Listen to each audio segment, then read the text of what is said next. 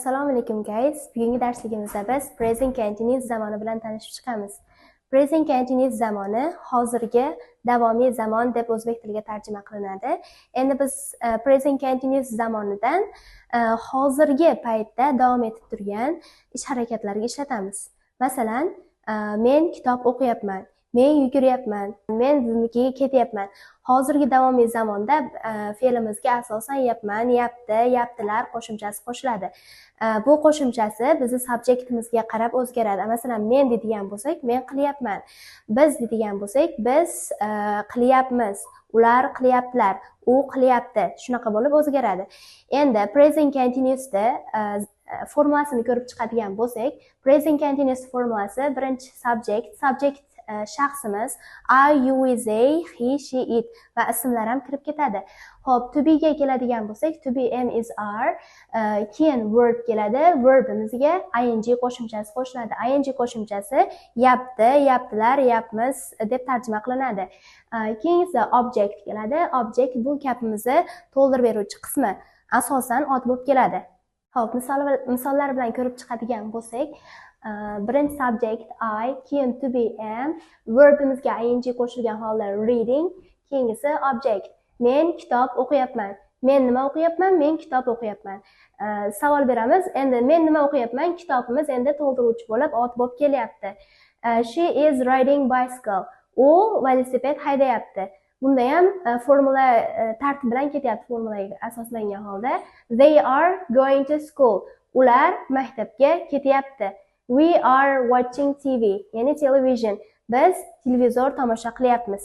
Xo'p, biz present continuousni ikki xil holatda ishlatamiz. Birinchisi hozirgi paytda davom etib turgan ishlarimizga, ikkinchisi hozirgi shu kunlarda rivojlanayotgan yoki teskarisiga ketayotgan narsalarga ishlatamiz.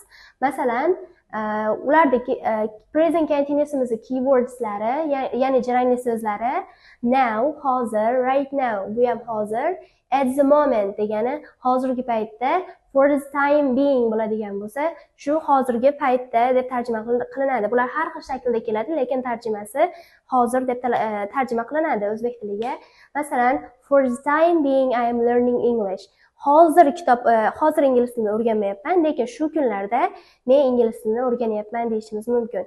Lekin now ishlatadigan bo'lsak, hozir biror narsa qilib turgan bo'lishimiz kerak. Masalan, now I am going to university. Men hozir universitetga ketyapman. Hop, keywordslar bilan gapimizni ko'rib chiqadigan bo'lsak, birinchi gapimizda oh, look, they are climbing a tree. Oh, qara, ular daraxtga tirmashib chiqyapti. Hozir bo'lyapti u narsa. Keyingisida my mother is cooking food now.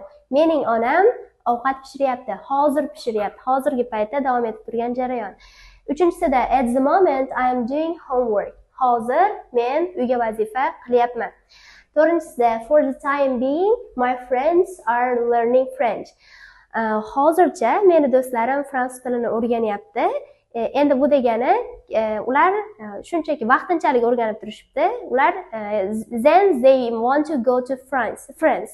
Ular keyin Fransiyaga ketmoqchi deydigan bo'lsak ham for the time being hozircha deb ishlatsak bo'ladi. Negativ shakliga keladigan bo'lsak, bu negativ shakl inkor shakl hisoblanadi. Inkor shakl not qo'shimchasi bilan yasaladi. Masalan, formulasini ko'rib chiqadigan bo'lsak, subject plus to be plus not plus verb ing and object. Malika and Shahlo are not drawing a picture. Malika va Shahlo rasm chizmayapti. Bitta not qo'shimchamiz gapimizni inkor shaklga aylantiryapti. Boshqa hech nima kerak emas. Keyingi my parents are not going abroad. Mening ota-onalarim chet elga ketmayapti. Agarda not tushib qolganda, mening ota-onalarim chet elga ketyapti bo'lardi.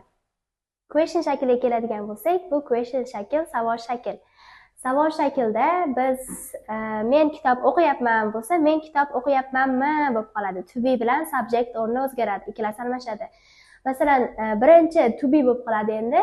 To be plus subject plus verb plus ing and plus object bo'ladi. Boshqa hech nima o'zgarmaydi. To be bilan subject o'rni o'zgaradi xolos. Masalan, are you drinking apple juice? Sen olmali sharbat ichyapsanmi bo'lib qolyapti. Are the birds singing? Qushlar kuylayaptimi? Ba'zi gaplarimizda objekt kelmaydi. Masalan, biz objekt berganimizda savol beramiz. Masalan, I am reading book.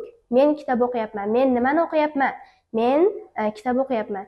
Endi bu yerda qushlar qo'shiq kuylayaptimi emas, qushlar kuylayaptimi desak, o'zi sing qo'shiq kuylamoq o'zini ma'nosida chiqib ketadi objektimizni ma'nosi.